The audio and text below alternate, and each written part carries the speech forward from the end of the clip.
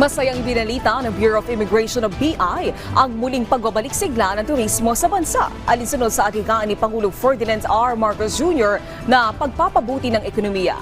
Ayon sa BI, umabot sa higit 14.7 million ang naitalang international arrivals noong 2024, kung saan malapit na itong maabot ang pre-pandemic record na 17 million noong 2019.